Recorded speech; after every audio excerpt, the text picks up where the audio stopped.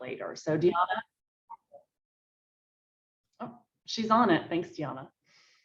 I think that I know most everyone here, but just in case we haven't yet met, I'm Kristen Keeley-Dinger, the CEO at the Healing Trust, and I am joined here today by my wonderful colleagues. That's Sam Jackson, Jennifer Oldham, Abby Hyman, Catherine Smith, Samitha Keller, Adele Neal, and the newest member of our team, Deanna, Andrew, who is our office and events manager, who just joined us last fall. I really appreciate all the work the team has done over the past few years that really led us to today. And I also want to thank you all for giving us so much of your time today and for your patience with us over the past year as we've worked through these changes. We appreciate you and your partnerships for some of you over many years and wanted you all to be the first to know about the changes that we'll be making for 2023 and beyond.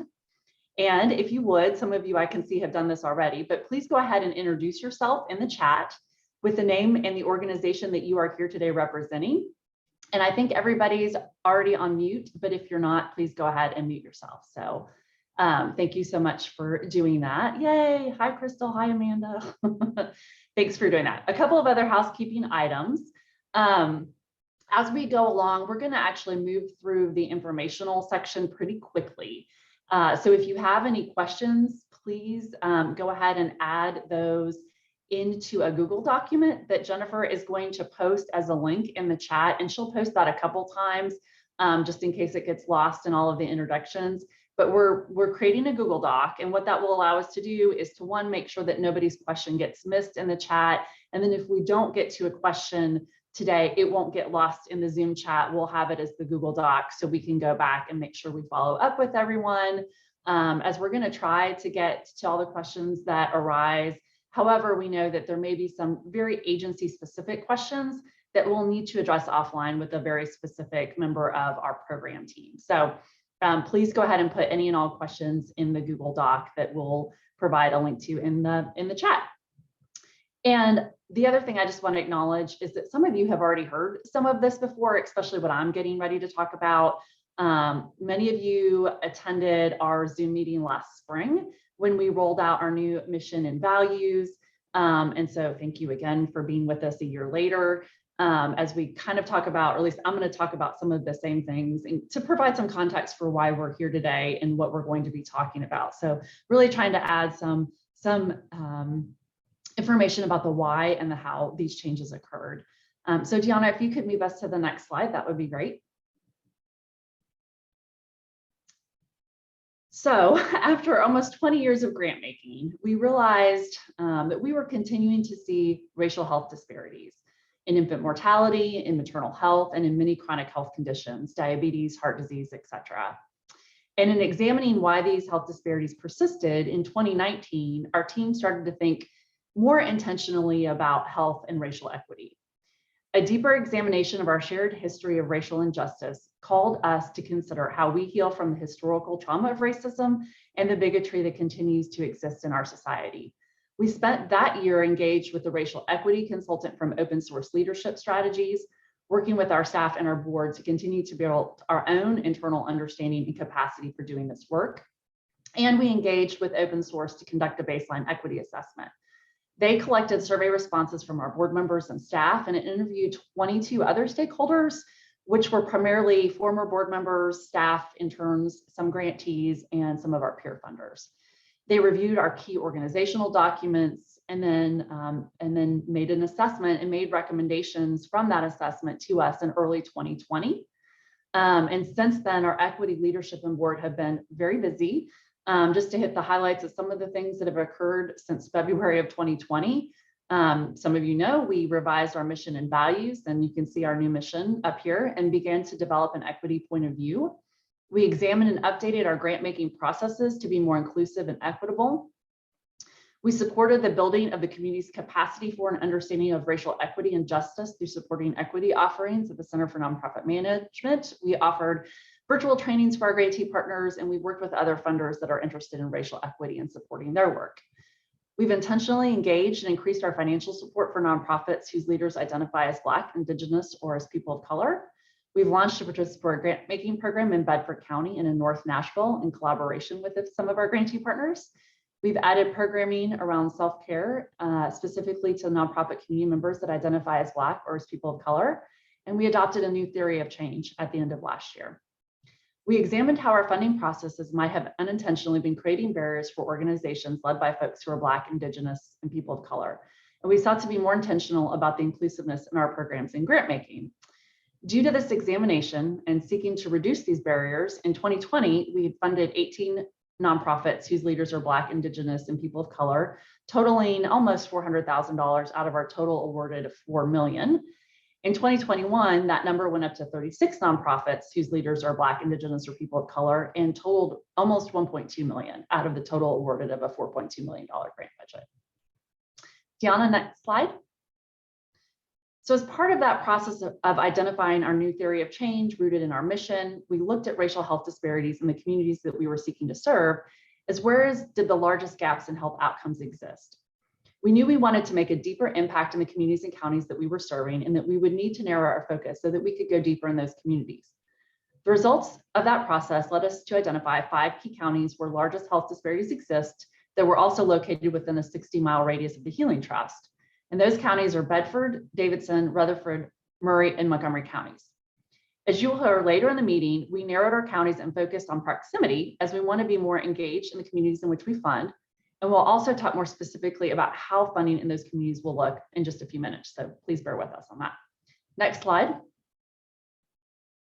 And as some of you heard from us last year, part of our new mission is to eliminate health disparities and advance racial equity. When one looks at research around what items impact a person or a community's health, access to healthcare is only one component of that equation. Social determinants of health also greatly influence a community's health outcomes. I'm confident that you all know about social determinants of health, but I'll just list a few examples. These are factors that impact health, such as economic stability, social supports, educational attainment, food security, and the neighborhood and built environment. One of the things that we learned over the past 8 years of also funding public policy and advocacy work is how important civic participation is in ensuring that policymakers elected are informed and accountable to their constituents, particularly those who have been disenfranchised need to be engaged as well. Our theory of change is grounded in the understanding that disenfranchised populations must be engaged in the electoral process and in advocacy work in order for equitable policymaking and implementation to occur.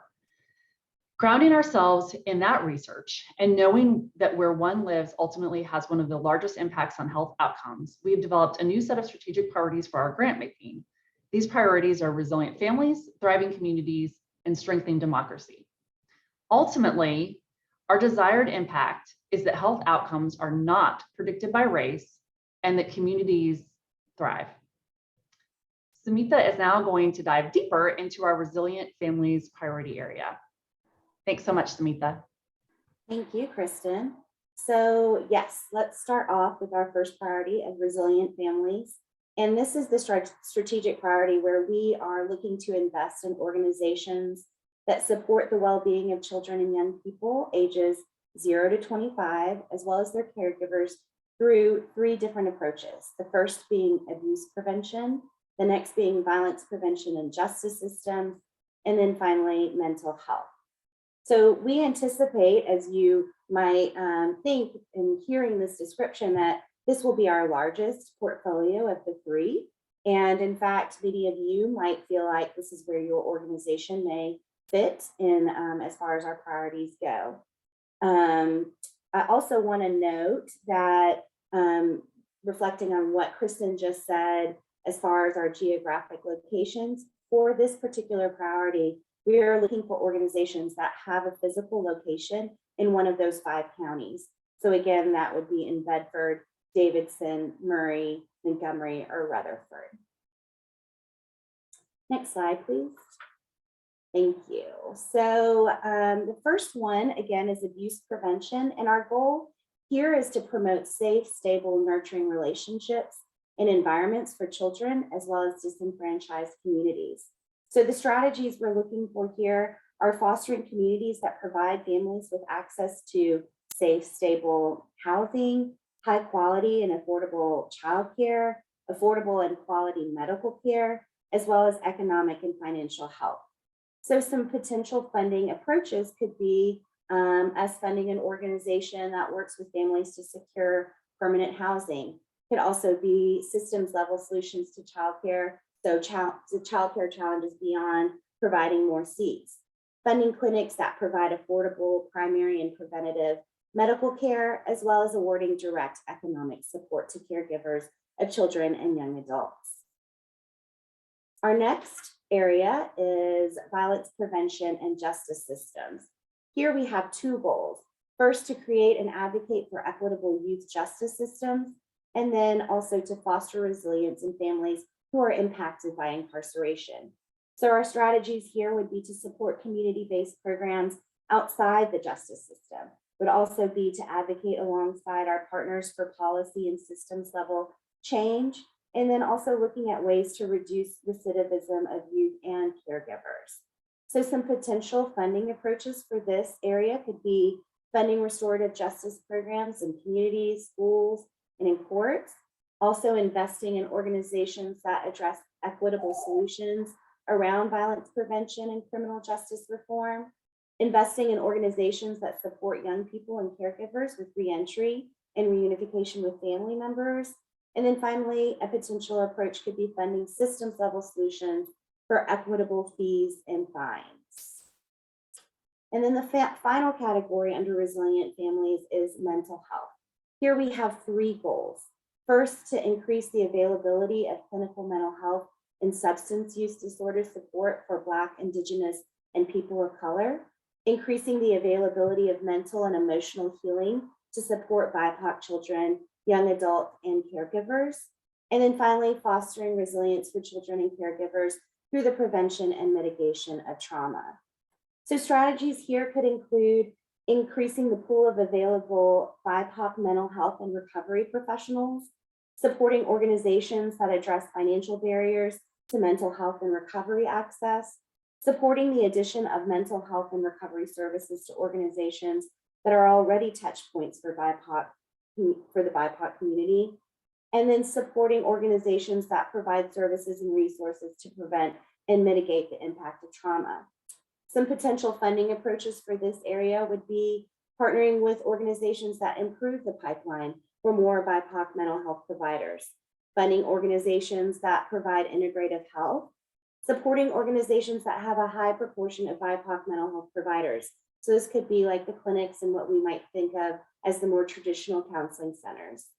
And then finally, a potential funding approach could be funding school-based counseling programs and BIPOC faith organizations who have a community-based strategy to increase access to mental health services. With that, I'm going to turn it over to Sam. Thank you, Samita.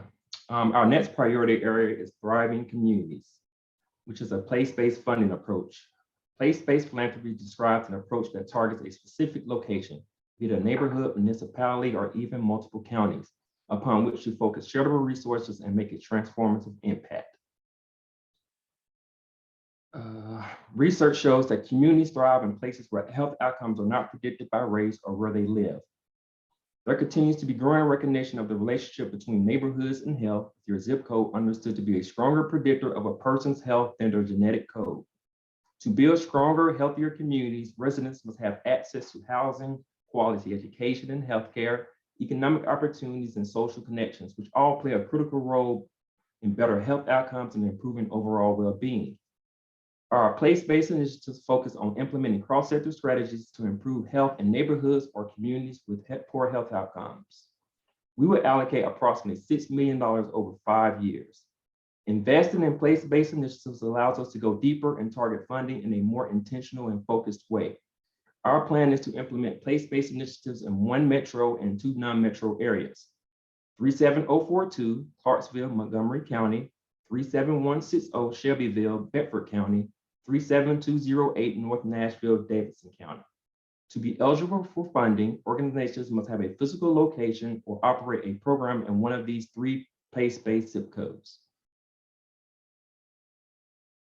The goal of our Thriving Communities priority area is to address the root causes of poor health outcomes and disparities that impact where residents grow, live, learn, and work. To do this, we hope to invest in organizations addressing health disparities of disenfranchised people within 3 zip codes in Bedford, Montgomery, and Davidson counties, and to build partnerships within these communities with organizations and community members.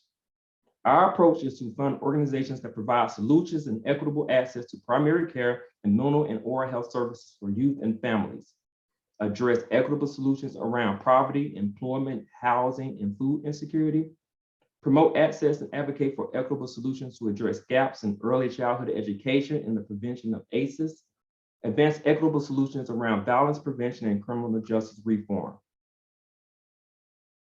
Next slide, please. Our third and final priority area is strengthening democracy. To strengthen democracy, we understand that we must start in our own communities.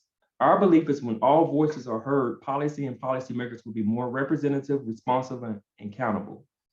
Our goals are to engage historically disenfranchised communities in policymaking and civic engagement, increase leadership capacity that is diverse, aligned, and working collectively to shift power dynamics, policies, practices, behaviors, and resources to align with the agenda focused on building and sustaining community health.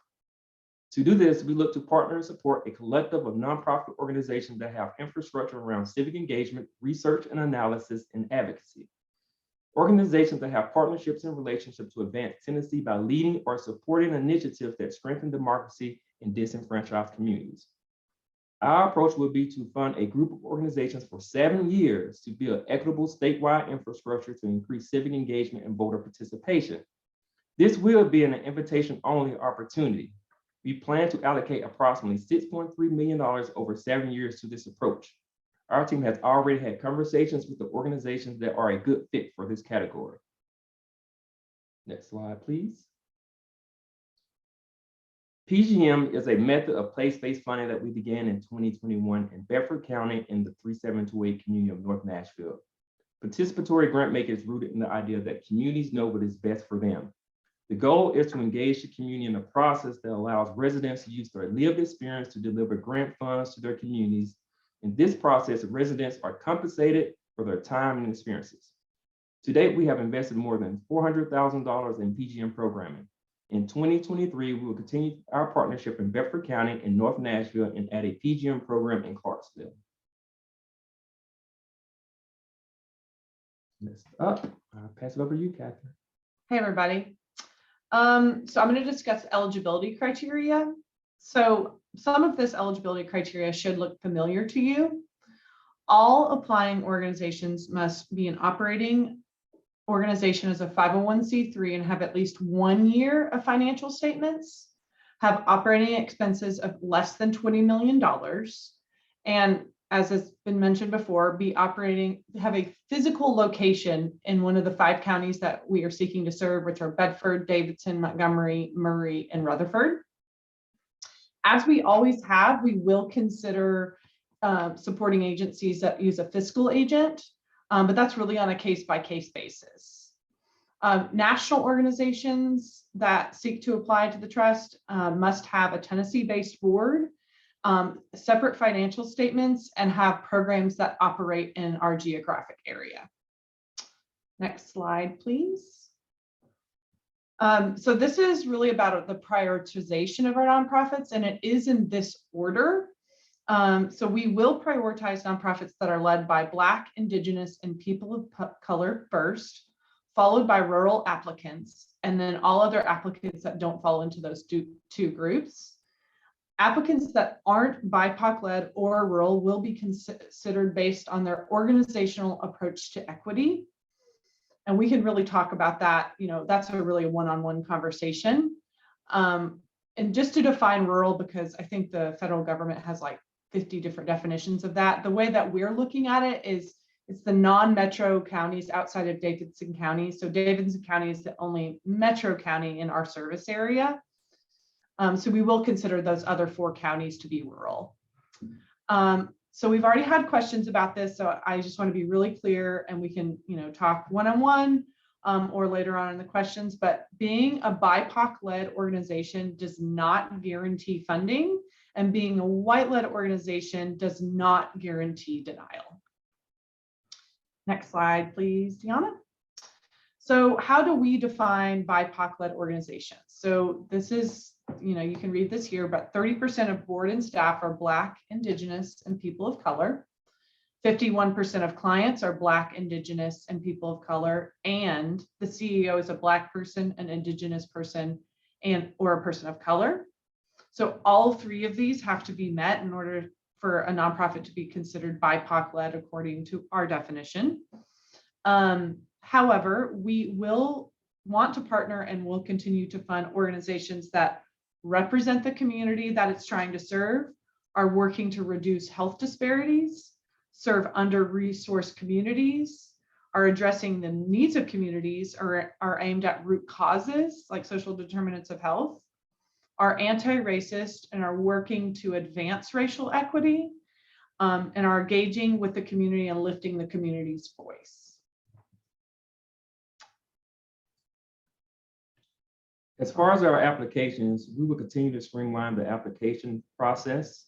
We are refining the questions to provide an opportunity for you to discuss your agency's equity journey and organizational goals. The application form may look slightly different, but we will continue to use the common application. We are also doing the same with our final reporting, so please stay tuned. In 2023, we would change from having quarterly grant cycles to having 3 grant cycles that will be open based on priority area. The Strengthening Democracy process is invitation only and will be open to eligible nonprofits in December. The Thriving Communities application will be open during the month of March, and the staff will begin reviewing them in April. Applicants will receive notification about their grant application in June. The Resilient Families application will be open during the month of June, and the staff will begin reviewing them in July. Applicants will receive notification about their grant application in September. Next slide. We will continue to provide unrestricted operating grants. Beginning in 2023, the maximum request amount is $50,000. Requests can be no more than 20% of the organization's operating budget. Each grant under Resilient Families and Thriving Communities will come with an additional $5,000 in capacity building funds. Capacity building grants are restricted grants to help organizations build their internal capacity and can be used as stated to operationalize racial equity, support leadership training, staff development, and or consulting programs to address issues like turnover, staff communication, or staff burnout, to hire an outside consultant with specialized expertise, engage in strategic planning, staff self-care and or compensation, board development, building fundraising capacity, strengthen internal controls, or program evaluation.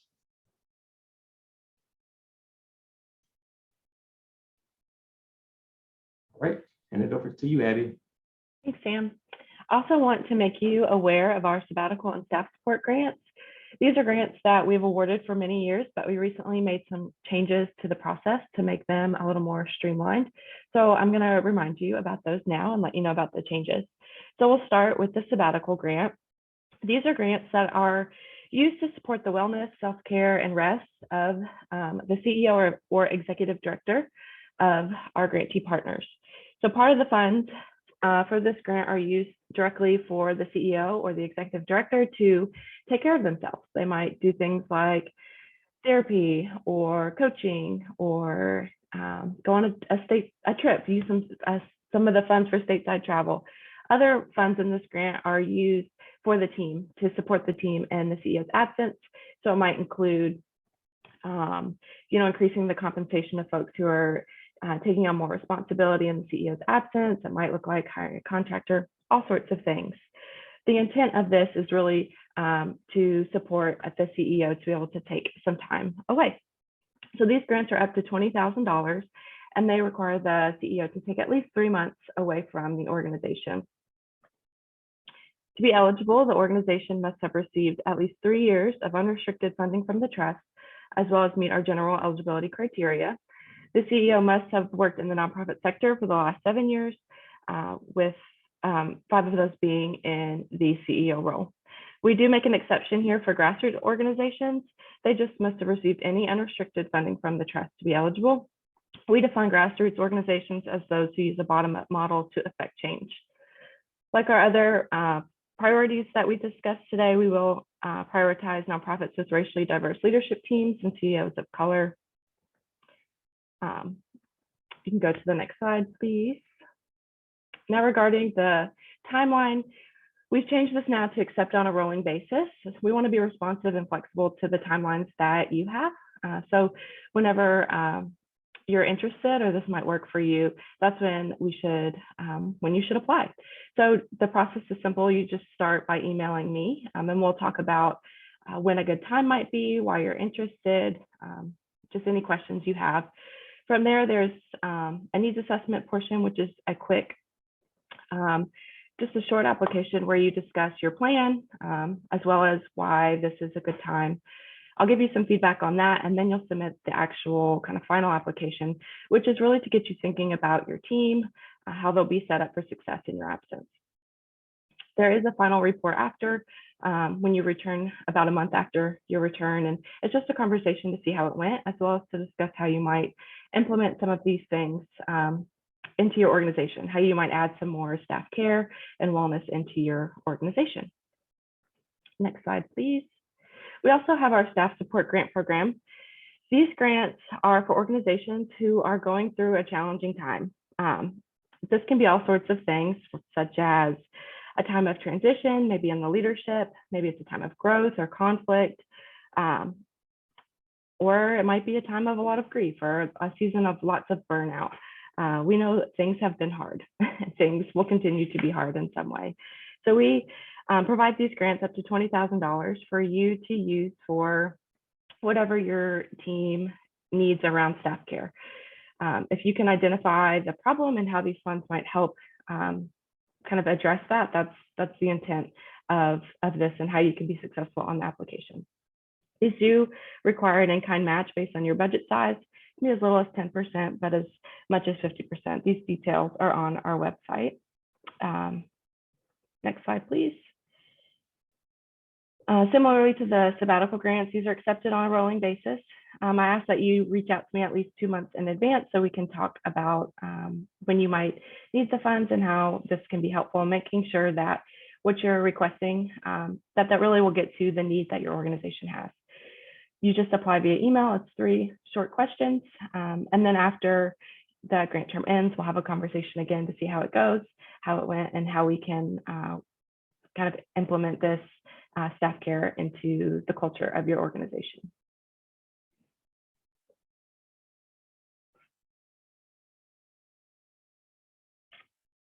And over to you, Jennifer.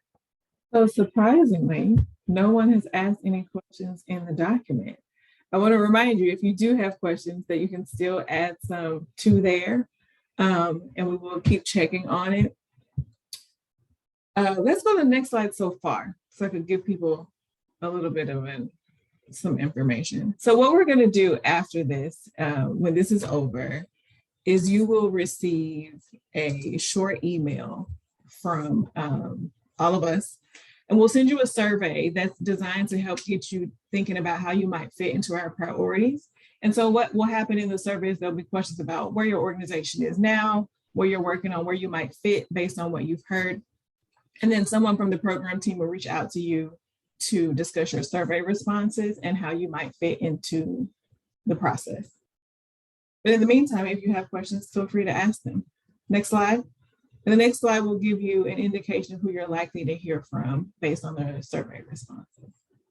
So give a few more minutes to give folks to ask any questions that they might have. I see a note in the chat that we've answered your questions in the presentation. Thank you, Jamel. But if any more emerge, feel free to pop them in the chat or to pop them in the document. Looks like we do have one in there, Jennifer.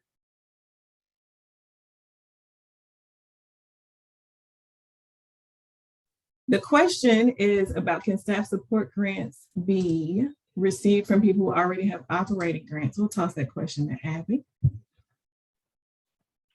Yes, these grants are in addition to those, and it's also a requirement that you've received operating grants in the past to be eligible. So these can be concurrent with other grants that you have here at the Trust.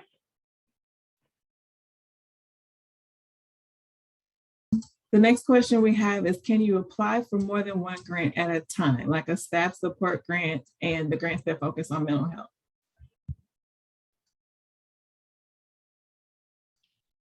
Abby, you want to take that question as well? Sure. I'll say that yes, with staff support. Those can, you can apply for that along with kind of the other priority areas. Where those can't overlap is, so if you apply in resilient families, you can't also apply in the thriving communities. Those are not concurrent. But sabbatical and staff support, absolutely. Those are kind of an additional self-care boost, kind of an extra little love on top. Does that make sense?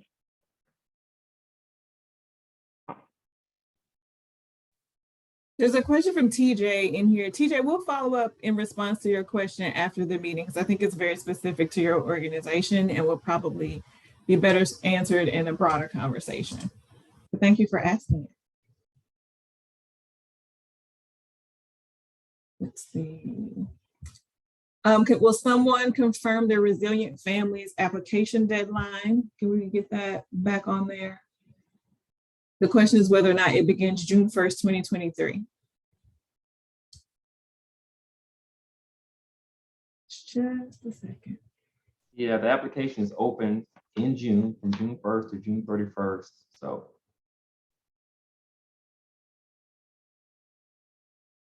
Perfect.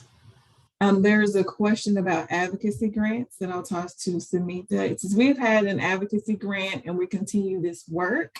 How do we decide operating expenses versus these new priorities?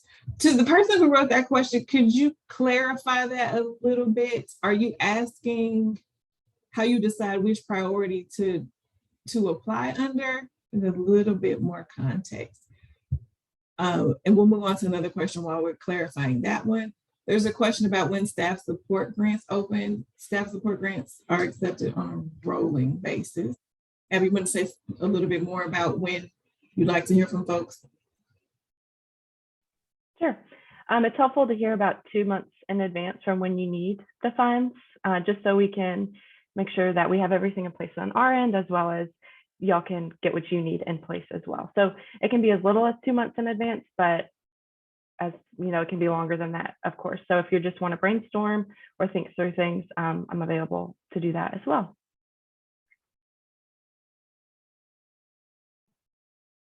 And Jennifer, for whomever asked the advocacy grant question, if you want to clarify, that's great. If you think it would be easier to have a one-on-one conversation, I certainly invite you to reach out, and I'll be happy to talk it out with you as well. I think I can answer that. All of our grants are operating grants. There is a budget, so you only can ask for 20% of your organizational budget. That's what you'll be able to apply for. Does that answer your question? I can't tell who asked the question, so I don't know whether or not they answered the question. If this was you in the chat, will you say whether or not they answered the question, or if there is something else that you were wanting clarity on? Will we send the slides after? We will actually be sending a recording of this. If it would be helpful to send the slides, we may do that. We had not discussed that particular part, but there will be the recording of this, which includes the slides in it. Someone asked a question about, I think Sam, you may have addressed this, about operating expense grant limits based upon budget, about whether or not we still have those. Yes, that was the question I just asked. I thought it was tied to the first question. Yes, so the limits are based on your organizational budget size. So you are able to request 20% of your organizational budget. And yes, there's a question about sending out the survey. Yes, the survey will help you all think a little bit through how you might fit into the priorities, and will also help us to get a sense of which organizations might fit well into the categories. Deanna, will you go back to the slide on grant request amounts? There, one more. So that's so Sam mentioned there is a cap, but then also based on your budget size, these are the guidelines for the request amounts. Thanks, Deanna. Oh, thank you, Jeff, for responding. We answered the question. Okay, great. Are there any more? We want to be mindful and respectful of your time, but we also want to make sure that you get to know what it is you need to know. So we'll give it a few more minutes. Okay, where should we like the slides? Okay, good deal. What is the timeline of requesting operating grants? Yes, can you go back to the timeline slide? Right. So strengthening democracy will be December. Staff will review in January. Is closed and invitational only. Thriving communities in March. Staff will review April. Resilient families is June. Staff review in July. And I will say that some organizations might fit in, you could potentially fit in thriving communities or resilient families. So let's make sure to have a discussion one-on-one about what makes more sense for y'all and for us and things like that. And another very important thing to know, if you apply in thriving communities and you are declined, you're not able to apply in resilient families, but you are able to apply in the next calendar year. So I just want to also clarify too, generally, there may be a few exceptions to this, but almost all of our grants will be operating grants with a few small exceptions. Sabbatical and staff support grants are not. Those are restricted for either sabbatical purposes or staff support purposes, or there may be a scenario in which one of our grants might be restricted, but by and large, in these three categories that you're seeing in front of you, those will be operating grants. So that just means to us, unrestricted grant money that you all use in the best way that you see fit. So it would be a thriving community grant would be, in most cases, an operating grant. A resilient families grant, in most cases, will be an operating unrestricted grant. I just want to clarify that we're getting a couple of questions about operating grants. We did, yeah. And to add to Kristen's comment, in some cases, if you do work with a fiscal agent, we will restrict those grants to ensure that dollars go back to the organization. So it would go as a restricted grant to your organization, to that fiscal agent. So there was another question. So all of our grants, again, in these three categories, are general support operating grants. These priorities are what we're focusing on. So even if you were apply as a result in the resilient families because you're doing mental health work centering on BIPOC populations, the funding that you get from us will be a general support operating grant. It won't be restricted specifically for mental health programming. Now, you're applying as a mental health, group in the resilient families category. So we'd expect that a large amount of work that your organization does centers on mental health, and that it's not just a small component of what you do.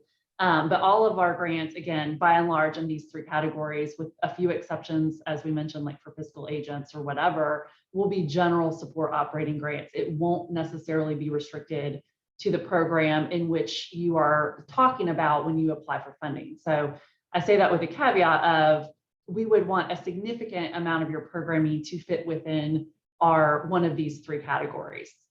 So I hope that makes sense. It seems like there just might be a little confusion around what we mean by general operating support versus these are our categories, not that we're going to restrict our program funding to this. Funding will be unrestricted generally. So when you're on our website and you're looking for information about these three grants, you'll go to operating grants, and then these three options will come up as types of operating grants under these three categories.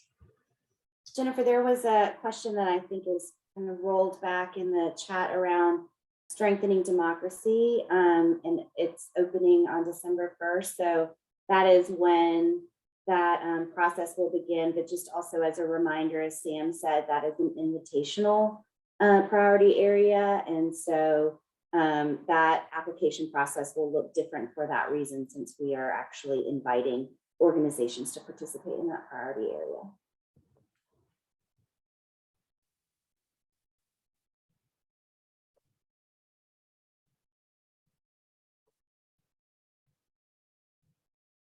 there anything else anyone want to clarity on? If not, so I'll do one last refresh, make sure I'm not leaving anybody out.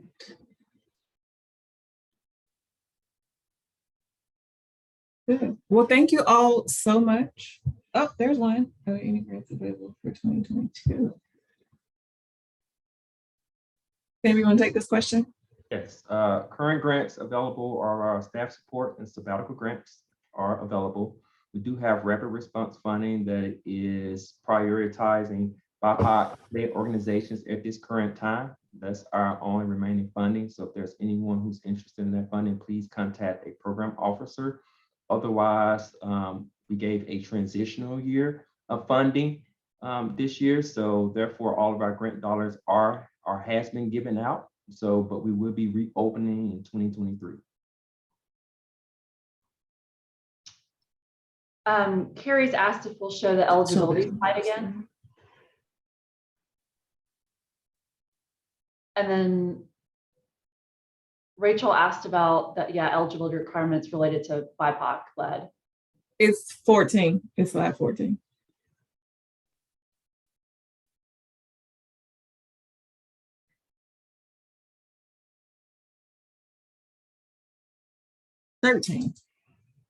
Oh, too far back. So the BIPOC led, I'll just go through that. That's the executive director or CEO identifies as either Black, Indigenous, or person of color. And also that at least 30% of the organizational staff and board identifies as BIPOC, and that of the clients that the organizational serves, at least 51% of the clients identify as Black, Indigenous, or people of color, is how we would define a BIPOC-led nonprofit. To Rachel's question. And then the eligibility slide, you need to be in operation, have at least 1 year of operating financials, have operating expenses of less than 20 million, and be located in our geographic area, have a physical location in our geographic area. About how funding is divided by category. Kristen, would you want to keep addressing that or answer that question? I actually have not memorized those numbers off the top of my head. I think Sam has that. So of our, we give a little over $4 million each year. So the way we're going to break that down is for strengthening democracy, we're going to dedicate $1 million to that, which is 25% of our budget. Thriving communities, 1.4 million. Resilient families, 1.6 million. And we've asked the board to commit to the Resilient Families and Thriving Community strategies for 5 years and the Strengthening Democracy strategy for 7 years. Is that correct, Sam? Correct. So we will review in 5 years in Thriving Communities and the Resilient Families to see if this approach is working. We will add to or change, and with Strengthening Democracy, we're giving it 7 years. As we know, we have to go through election cycles and build capacity.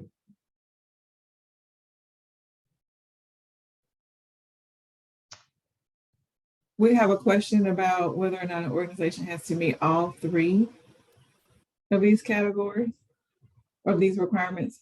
The answer is yes, you do have to meet all 3 of them, not just the one.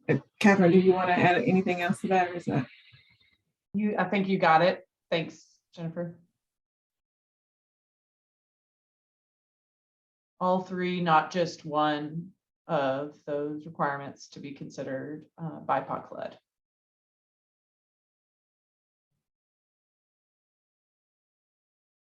And I'll just add the caveat to Sam's response about budgeting amounts. Those are approximate. Our budget is somewhat determined by our asset base over a 5-year average. So our grant budget does change a little bit from year to year, usually not a whole lot, but I think if you're paying really close attention, our 2020 grant making budget was 4 million. Our 2021 grant making budget was 4.2 million. So there is slight shifts from year to year. So these are kind of rounded approximate numbers. They might be slightly different when we actually get to the 2023, 2024 years.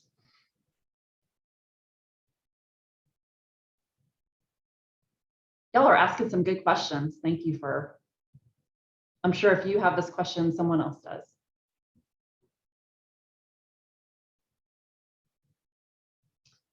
Are there any more?